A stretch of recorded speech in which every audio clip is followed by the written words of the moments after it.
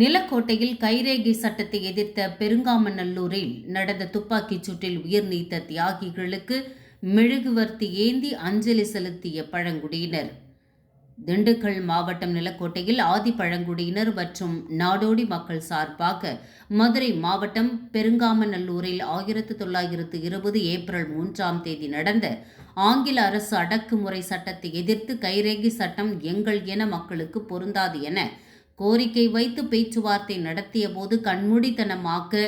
மாயக்கால் உள்பட நூற்றுக்கணக்கான மக்களை சுட்டுக் கொன்ற சம்பவம் தென்னிந்திய ஜாலியன் வாலாபாக் படுகொலையில் துப்பாக்கிச் சூட்டில் பலியான தியாகிகளுக்கு வீர வணக்கம் செலுத்தி மெழுகுவர்த்தி ஏந்தி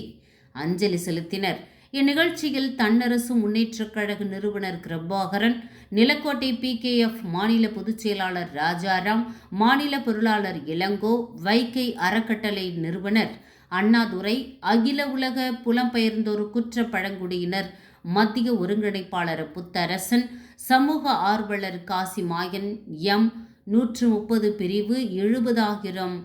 ஜீன் கொண்ட ஜோதி மாணிக்கம் விருமாண்டி, மாநில பொருளாளர் இளங்கோ மற்றும் விளாம்பட்டி, அணைப்பட்டி, பள்ளிப்பட்டி, மேட்டுப்பட்டி, ஊத்துப்பட்டி, ராமராஜபுரம், சென்னஞ்செட்டிப்பட்டி, கருத்தான்பட்டி,